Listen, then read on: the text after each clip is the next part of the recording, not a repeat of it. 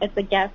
And the remainder of money that's left in at the end of the year goes to scholarships for our employees' children or grandchildren.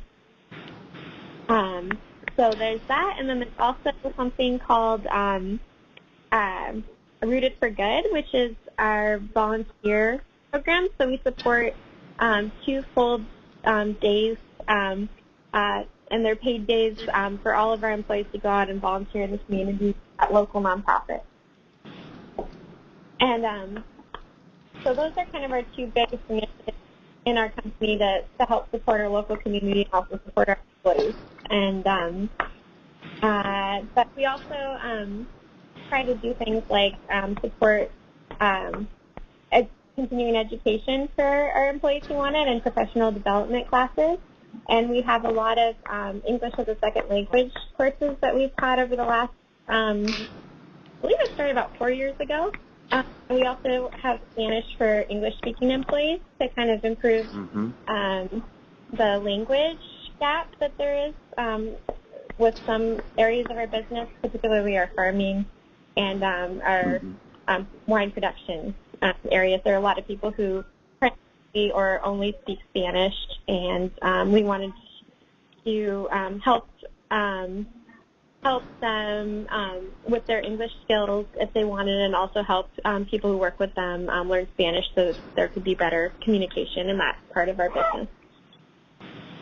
I'm sorry, I'm kind of just going on and on, so I think that's pretty much it for the social side of sustainability. Oh, that's amazing. It's amazing, amazing. And kind of, I mean, this is maybe too simplistic of a question, but why is all this so important to you guys? It's important to us because, as I said, we're really looking at what'll be better, what'll be best for our company in the long term, and taking care of our employees is just something that we feel is really important. It's an important thing to do, and investing in our communities we know is going to be really important to ensure that we continue to live in really vibrant and healthy areas. So I don't know, it just is the right thing to do. It's something my parents were really passionate about. My mom is still very passionate about, and it's something that we feel privileged that we're able to do because we have a successful business, and it meant a lot to my dad to be able to give back because he had a lot of help as he was growing.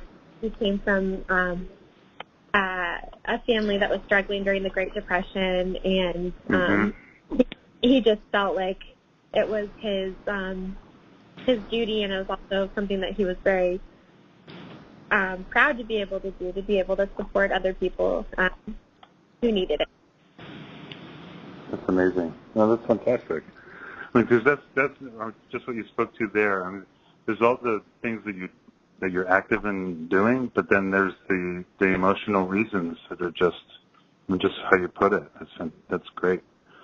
I'm curious. Can you talk to us about Davis and what you're doing there in developing the research there, or are you involved? How deeply are you involved with that? Yeah, absolutely. And what are your goals there? So we've long time supporters of Davis. We're really proud of everything there, and the biggest contribution my family made to it was something that my dad supported, but didn't actually come to fruition, which was the Justice Jackson Sustainable Winery building there. My parents donated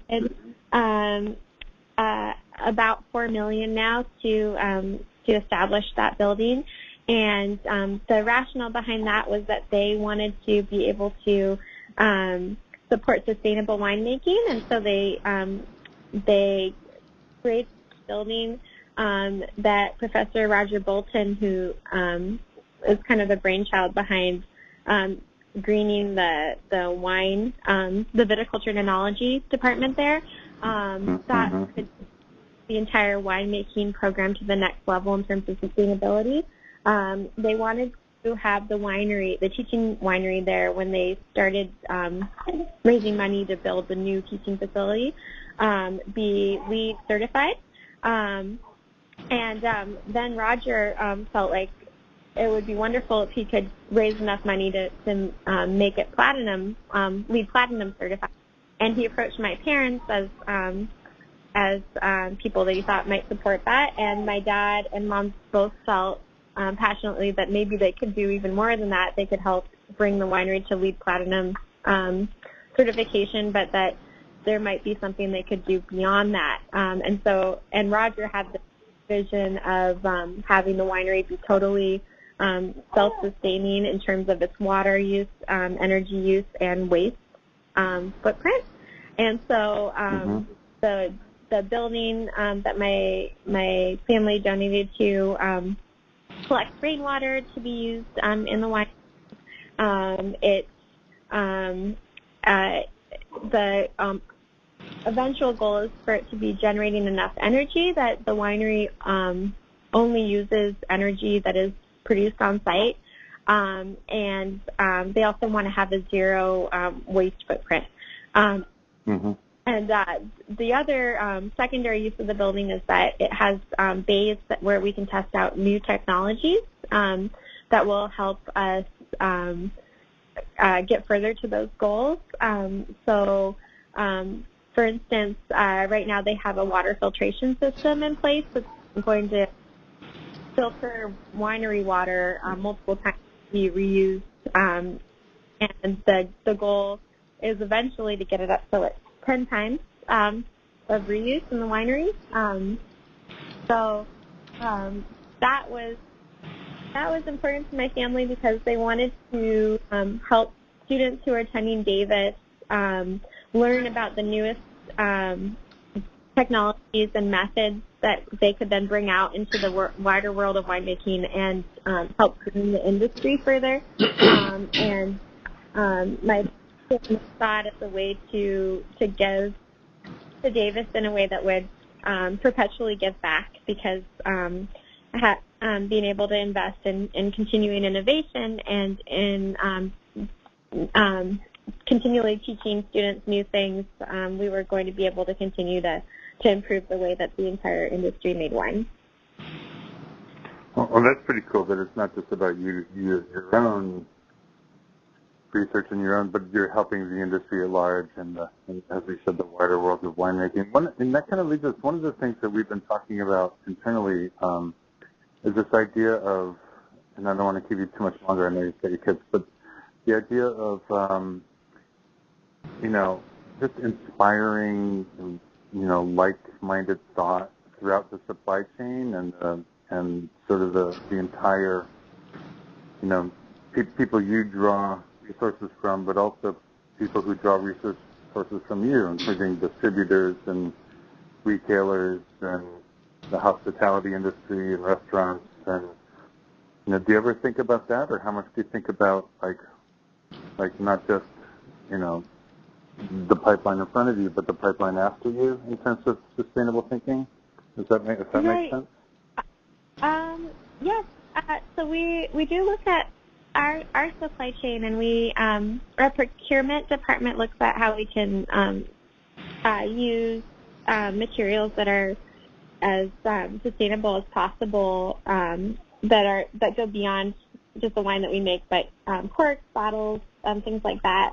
But we also do think about how we can best communicate what we do to other people. We really focus on the industry because we feel like, the industry we found is very passionate about sustainability, and people are very when it comes to teaching best practices to each other, which we really appreciate, and we want to reciprocate that.